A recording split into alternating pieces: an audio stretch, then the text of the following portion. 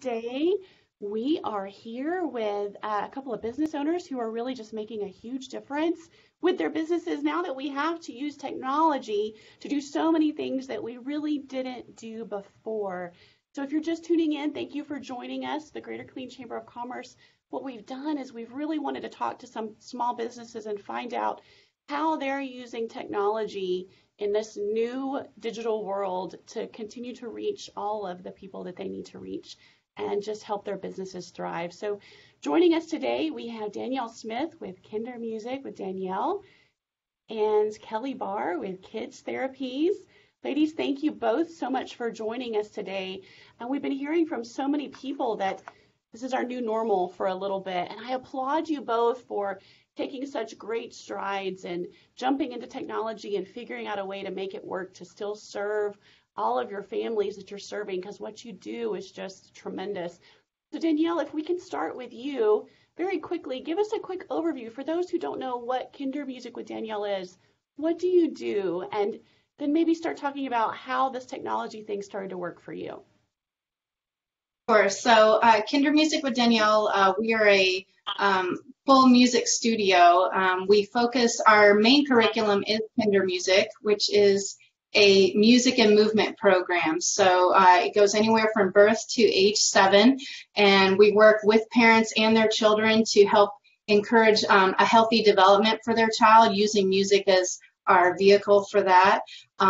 We include a lot of things as far as their social, emotional development, but also language, music, and physical coordination too. And then we have a smaller side of our studio that is for private music instruction. So like piano lessons, guitar, ukulele, trumpet, things like that after they're through the Kinder Music curriculum. So for us, we are very much an in-person studio. We always have been. But when this all came about and all the social distancing, we had to find some other ways to be able to provide our music education to our families. And so with a lot of help from Kinder Music International, our parent company, we moved all of our classes and our lessons to the Xoom platform, which I'm pretty sure most of the world is using right now.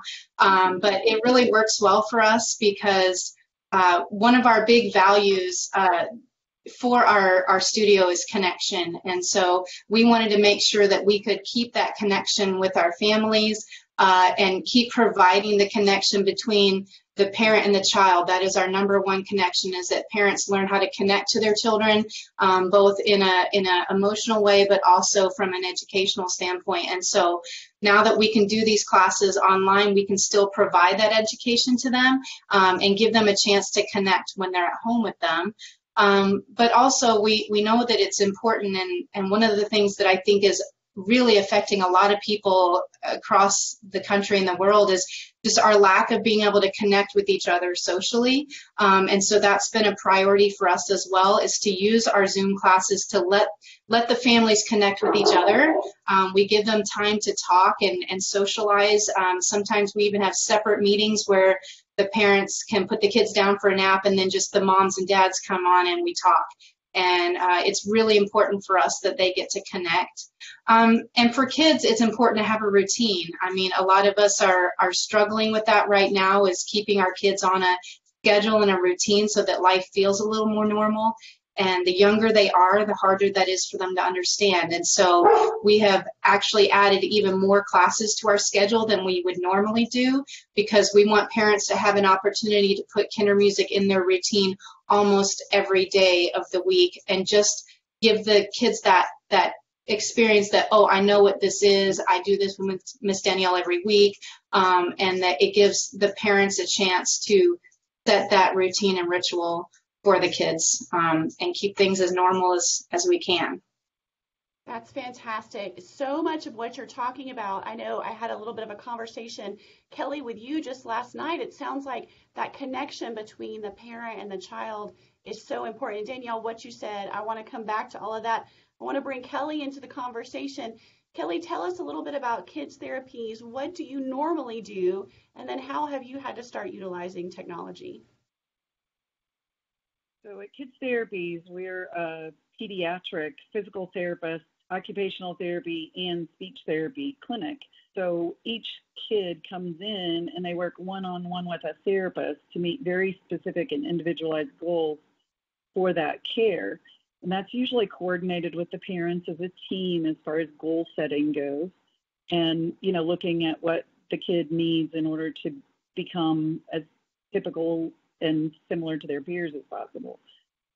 Most of our kids are rather involved. We do have some mildly involved children that we see, but at our clinic we generally have, I don't know what that is. Right. Generally we have more severe kids on our caseloads. And I think for any parent right now, this complete throwing out of all routine is difficult, but for our kids in particular, it's a much bigger monster. And the parents are, you know, at first it was like, okay, so now everybody's at home and we're all in this together. But the behaviors that go with a child that has autism, for instance, you know, those kinds of things, when you take away all of their normal routines and then, you know, hand them off to mom to do it by herself, she's not really equipped for all the challenges that go with that. And so, you know, us trying to find ways with telehealth to intervene in those situations has been one of the driving forces for the telehealth.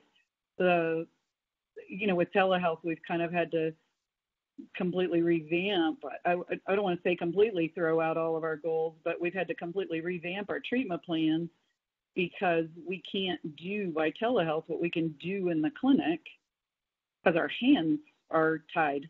So we can't use our hands for it.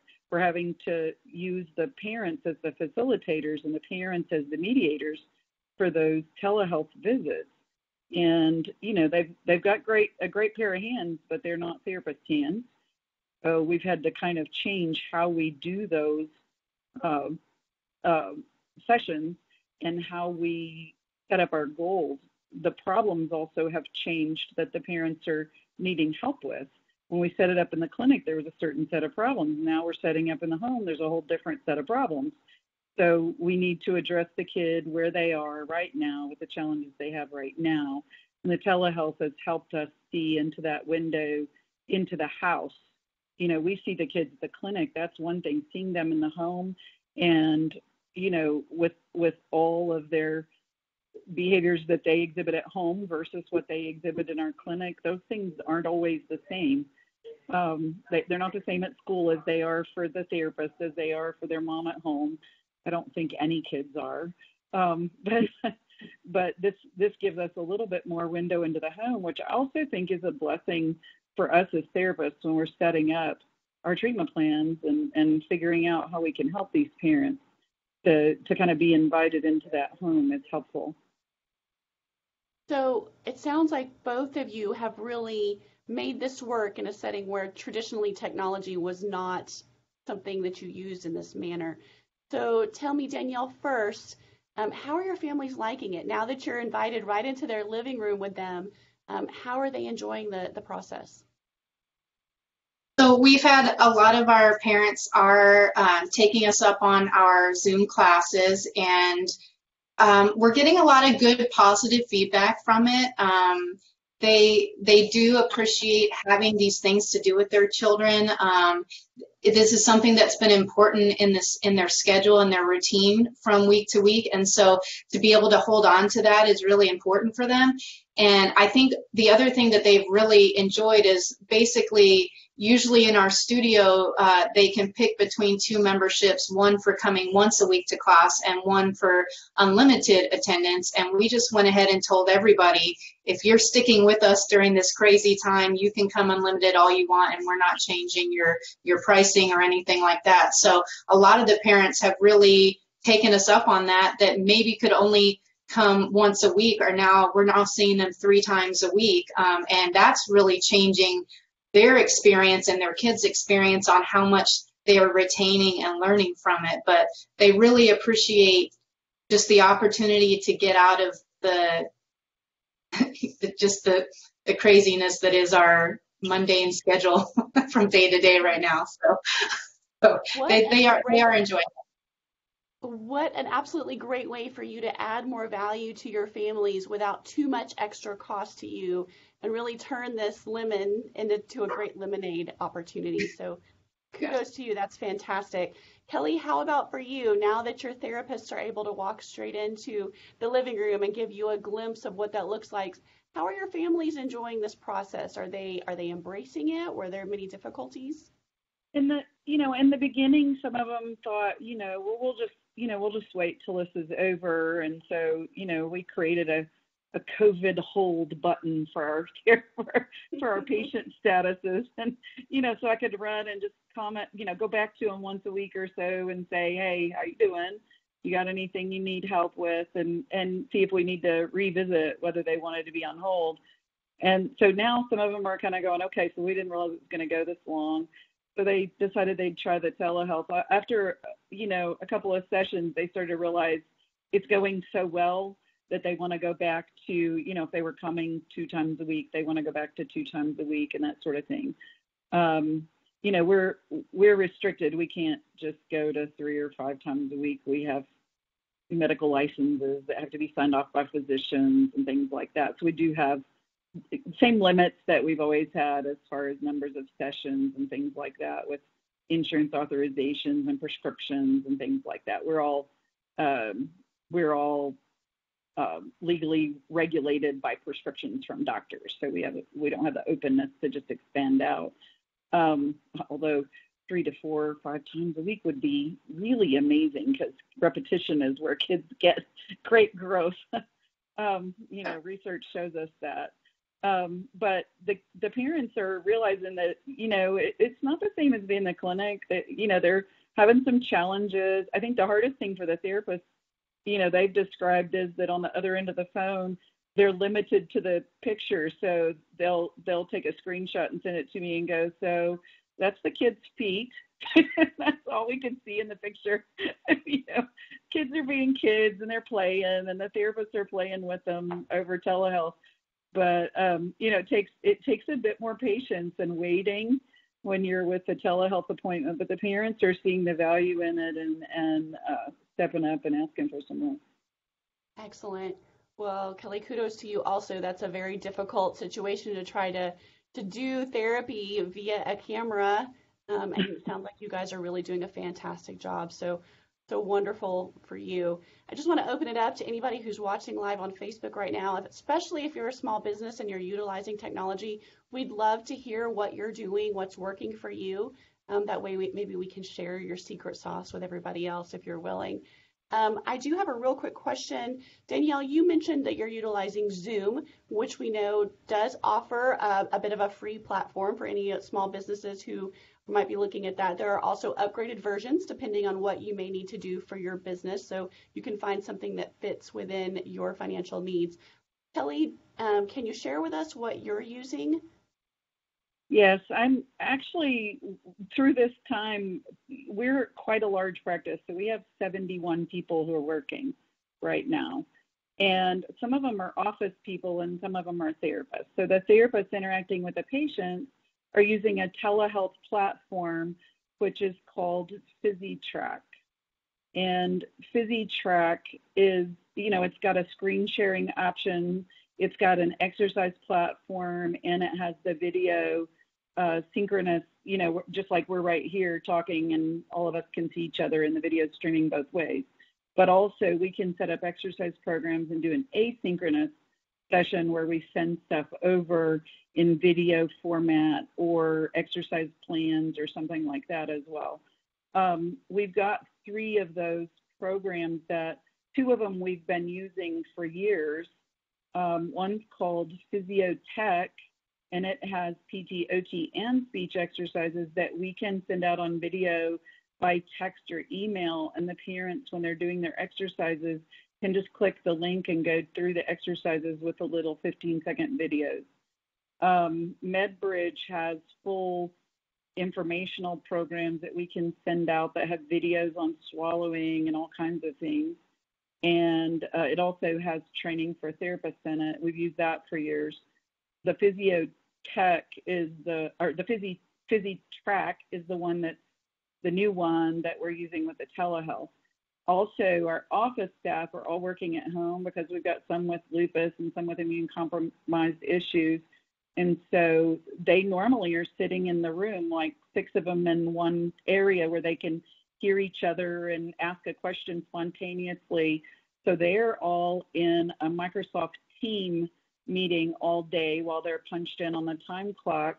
And so all their little faces are on the screen like a classroom. And if they have a question while they're working, and they can all see each other working, and they can just spontaneously ask questions even though they're in their own living rooms working. So we have that going as well. What a great idea. I think you're the first person that I've heard of, Kelly, that's utilizing Microsoft Teams as when you start your day, you turn it on and we can see each other all day long until you clock out at the end of the day for those questions. That's a very unique and fun idea. I've heard of a lot of employers who are needing to use teleconferences as a check-in at 4 o'clock, for example, or some other time, just to kind of keep everybody on the same page and give everyone a chance to see each other. What a fun idea to use the Microsoft Teams for a larger group that you may need to touch base with. That group is 6 people, 7, 8 people, and those 8 people are used to really having to do a lot of problem solving. It's not just a straightforward workflow they do. They run into something, and it's nice if they can just go, hey, I've got a problem with this one. Do you understand why this off is? Can you look at this? And and they can all log in. We also, in our medical record program, we have the ability to shadow each other. So while they're on that team, they can click and shadow and actually see the screen of the other person, or any of my therapists can call me and I can screen share and see I don't have to do some format like this. I can screen share just within my electronic medical record and let them drive and show me what they're seeing and give them answers that way too. So we have a lot of, and that capability we use all the time, but when we're sitting in the same room, we don't need it, Sure. That's great. Thank you. I have a comment to share with both of you. Thank you for what you do. As parents, we can sometimes lack the same type of patience that our educators and professionals have. We greatly appreciate you. That goes for both of you, just doing a fantastic job. So thank you both. Also a question, and Danielle, I'm going to give this one to you first. What infrastructure did you have to put in place to get this whole started? Where'd you start before you went to Zoom? How'd you start this off? You mean to get online classes and stuff going on? I believe so, yes. Okay. So we had been using Zoom as a monthly staff meeting program for about a year or so. So I was somewhat familiar with it already. But what I did actually do was I went ahead and upgraded to the Zoom Pro. There is a free Zoom program. It limits you to 40 minutes per session. And our classes are typically 45 minutes, and we have classes back to back, like 2 or 3 classes back to back in the mornings or evenings. And so just to make it a little more streamlined for the parents, I felt that it was worth the money to go ahead and upgrade. It's like $15 a month if you do the monthly plan to get these unlimited things. So really what I had to do was not very much, to be honest with you. Zoom is really easy to use. I set up a couple of meeting rooms. I made sure that my other 2 main teachers that I had doing kinder music, they each have an account. One of them that teaches quite a bit more, I went ahead and paid for a pro account for her as well, so that we didn't have to share the same links all the time. But we just created our meetings, and we've set up a weekly email so our parents know to expect that once a week on Mondays they're going to get an email that has everything they need to know for the week. So we put the schedule in there, we put the links in there, whatever passwords we're using for that week to ensure their safety and privacy in the classes in there. Those are things that I think are extra things that we had to kind of put in place communication-wise. But we're also using Remind, which is a free texting app, and that has been good for the parents. We're getting a lot of positive feedback from that as well, because I don't know about you guys, but sometimes I wake up one morning and I don't remember what day it is. I have a little panic, is it Wednesday or Thursday today? Because, the day's a little bit confusing. So we're setting up these little remind texts the night before saying, hey, tomorrow is Tuesday and here are the classes we're having. So just to, help them like stay on track, because if I'm having that problem, I'm hoping somebody else is having that problem too. So those are the kind of things that we've set up, and the Xoom classes are just going great. It gives us a chance to talk with them back and forth. We sing hello to every child personally. They get to pick whether they want to clap and stomp and twirl when we sing their hello song. It's just been really wonderful, and the tech learning curve has not been too bad. Knock on wood. Excellent, excellent. Thank you. You touched on a couple things I wanted to ask you, so great insight there, Danielle. Thanks. Kelly, how about for you? Did you have to have more infrastructure before you started sending this out to your families, or was it, since you were already using some of this, was it pretty easy? You just had to send links. How did that work for you? Well, there was a little bit more because we've got some real medical legal issues with HIPAA and those kinds of things, and consent forms and stuff like that. So we were able to set that up fairly quickly with the platform that we're using, and I think most of the platforms for telehealth go pretty easily with that. Some of the infrastructure that we had to set up, I mean, of course we have to have good internet, and lately we've upgraded that. Luckily, we upgraded that in January at the clinic, so that made that easy. But right now it's still dependent on whatever the therapist might have at their home if they're working from home. So there's some limitations with that. I've had to do some different, contractual type things because of HIPAA, because we have to have, business agreements in place and stuff like that for the regulations. They relaxed them. They didn't erase them. You still have to be prudent about your privacy rules. As long as you're being prudent, they're not going to come after you, but you can't just throw caution to the wind and do whatever. Probably the biggest thing that I have going on right now is I'm trying to get the telehealth incorporated into my electronic medical record so that the minutes of time are documented, and instead of me having to pull consent forms and load them into my electronic medical record, it would be automatic. And I'm still working on that. It might take me another 2 or 3 weeks to get that going. And, then it's like, is it almost done then? I still need the web client set up anyway, but I do expect to, probably still continue this afterwards, to some degree. It's not the optimum way to handle therapy, but there are some families where, when something's going on where they can't bring their kid in, for them to be able to opt into a telehealth option would be good. The other thing that's been rather difficult to set up is doing standardized testing, because standardized tests have very rigid rules, and for our authorizations and prescriptions, we have to test every 180 days. And so doing those standardized tests and gaining access to ways to do that over telehealth is a little more challenging.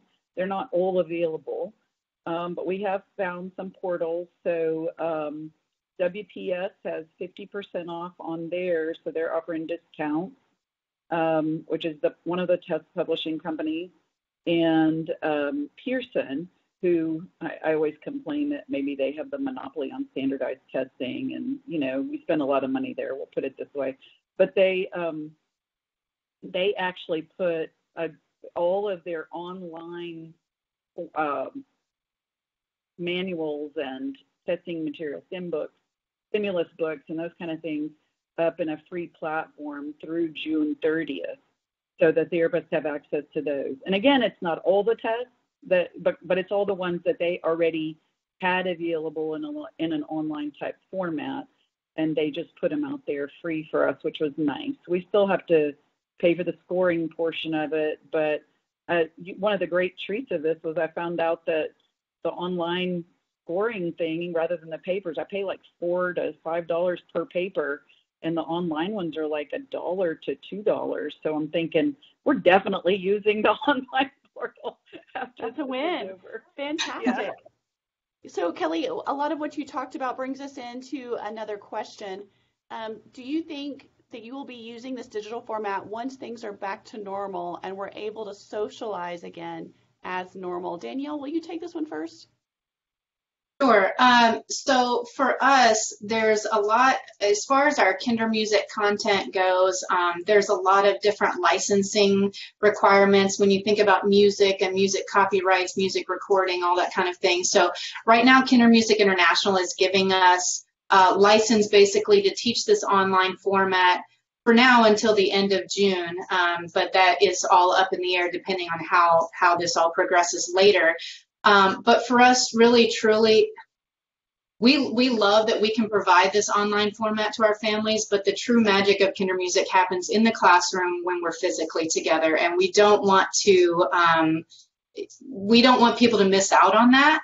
And so there's still a question mark. I don't think that we'll be doing online Kinder Music classes after this is over, because there is truly something that happens in that classroom that cannot be replicated as much as we try. Even though we love our families right now and we love seeing them, we want them in the classroom. Now, the other side of our studio where we do private lessons, they have been doing fairly well. A one-on-one instruction is not quite as difficult. So if we had a family that needed that setup, we could probably make that work. That's not under the Kinder Music umbrella. But, you know, most of our clients are still our local ones, so we're hoping to see them in person. But that side of it, we could potentially do some online lessons. But Kinder Music, it's all about being in the room with them. So we are looking forward to doing that again. I bet you are. Kelly, how about for you? Yeah, I think you're rather similar to what Danielle said. We do our best magic when we're in the room with our hands on a kid, interacting with children. When you work with children who are on the spectrum with ASD, autism, ADHD, those kinds of things, they, as a general rule, do not, what we call it is generalize from one environment to another. So if I teach them to do something in a one-on-one session in a speech therapy room alone, that doesn't necessarily mean that they can do it in a variety of environments.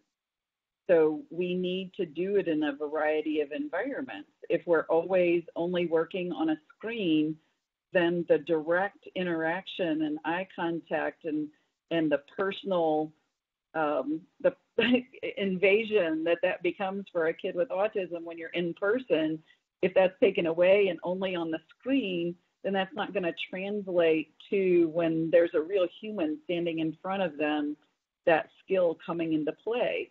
Now, that doesn't mean it's not worth doing over telehealth, but our best work is probably still in play in human contact.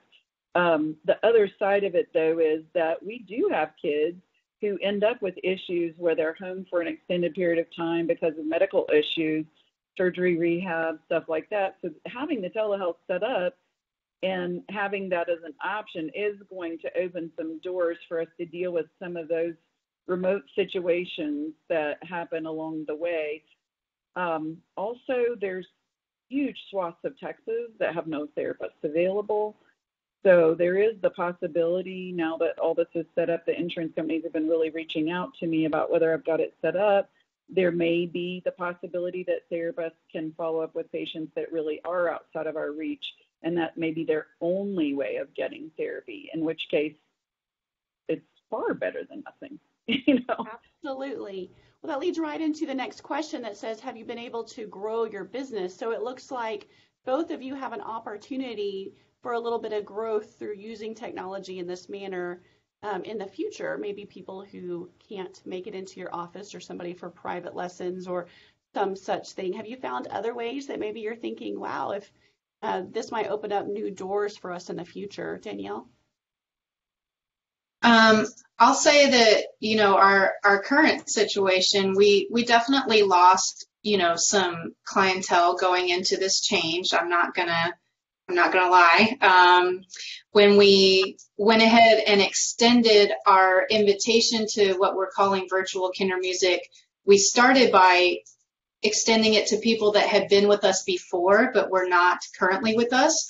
And so we actually had quite a few people take us up on that. And most of them were families that have moved away to another state, and they took Kinder Music with us, but now they can't. And they are joining us through this virtual Kinder Music, which is kind of amazing. So we have people from like 4 different states, Las Vegas to Virginia, doing Kinder Music. Now I have to make sure I mention all our classes in Central Standard Time, otherwise they show up at the wrong time. So that's been interesting. So thankfully, those people have kind of bridged the gap with some of the loss that we experienced going into this, this social distancing. For us, though, I don't know how much this is going to grow our business unless, for instance, like if we just opened this week the opportunity for anyone to join our virtual classes, even if they've never done Kinder Music before. So like our local Killeen families that would like to join us and do classes can do that for the month of April with that unlimited attendance. If they enjoy the program and we go out of this social distancing and they want to join us in the studio, that would be amazing. I'd love to show them like the 100% like what we have for them. I think they'll be amazed. And so in that way, I think that we have an opportunity to grow out of this because a lot of families are looking for things to do with their children right now, especially things that have an educational aspect to them. So maybe we can reach some of those families that for whatever reason we hadn't reached them in the studio before. Maybe we reach them online and then they want to continue attending with us in person later. So in that respect, I'm hoping that we might see some growth after this. Fantastic. Me too. I hope that grows well for you. Kelly, how about for you? Has this opened up some opportunities of where you're thinking you might go in the future? I don't know. My problem in the past has not been growth. It's been too much growth and keeping up with it. A good problem to have. Well, yeah, no. You know, it's good to have the business you need, but it's bad when you're answering a phone call and a patient's waiting for services that are much needed. And my heart goes out when someone's waiting and, you know, really, really need some help with their kids. So those kinds of waiting lists are not good to have. And, you know, getting the staffing up is usually the harder part. Having some telehealth opportunities may open some staffing opportunities that I haven't had before, where, you know, I may be able to get some more hours of coverage through telehealth for somebody who can't drive to Killeen or something like that. In that way, maybe, but right now I am still trying to look to the end of this. As we all are, absolutely. As we all are. I think we're running at about a third, somewhere maybe around 40-45% of our normal caseload. And so the therapists are struggling a bit to make ends meet, but you know, they're all going to make it through until this is over. But, you know, we're all in it together. We're all struggling together. There's not anybody in our entire universe that's not having that same issue, I'm pretty sure. So, you know, yeah. It's hard to complain if you're working every day. Good. Yeah, thank you for that. Absolutely. We have one more comment from Veronica. She says, as the pastor of Emmanuel Lutheran Church here in Killeen, I've moved my entire ministry online using features on Facebook, Zoom, GoToMeeting, YouTube, and our church website, among other programs. Veronica, thank you for bringing that up. We actually had invited a member of a local church to be on with us because, wow, they're just doing fantastic things. But this is being the week before Easter. They're super busy, so we understand that they're working on things. But you're exactly right. They created a YouTube channel. They're utilizing the website. They even have platforms for online giving to make it really easy. So, of course, you can give on the website. They have a program where you can text to give also to help encourage. They're encouraging the members to watch on Facebook or all the different ways. So, Veronica, thank you for bringing that up. Those are a lot of times free platforms that we can utilize to help continuing to get our message out, making sure that small businesses are still thriving in this time as much as possible. So ladies, thanks so much for being with us today. Any final thoughts you'd like to leave anybody with? Any tips or or maybe your secret sauce you want to share with anybody? Danielle, how about you? I think that if I'm being, honest, this is such a hard time for everyone, and what I've experienced, and I think what some of our parents are experiencing in these classes is it's just really hard to not get like that physical interaction with other people, and we are just, if we don't get some kind of social interaction, we just start to lose ourselves, and that's just been my number one priority right now, is to just stay connected with people. And it just, sometimes it breaks my heart to just see my little babies through a screen, but I know if I don't see them like this, I'm just not going to see them for a while. And so we're just doing the best that we can to like push out that love to everybody, and that connection in any way that we can right now. We're throwing out all kinds of extra things to just touch base with them, and just even little things throughout the week to kind of break things up. And so I just encourage everyone to, feed your soul as well as your body, because it's our soul and our heart that's going to keep us going through all of this. And we just need to take care of that part of ourselves, and make sure that you're interacting and socializing and keeping yourself healthy in a mental and emotional way. And that's through connecting with other people in whatever way that you can. Great advice, Danielle. Thank you very much. Kelly, how about for you? Any last words of wisdom for everyone?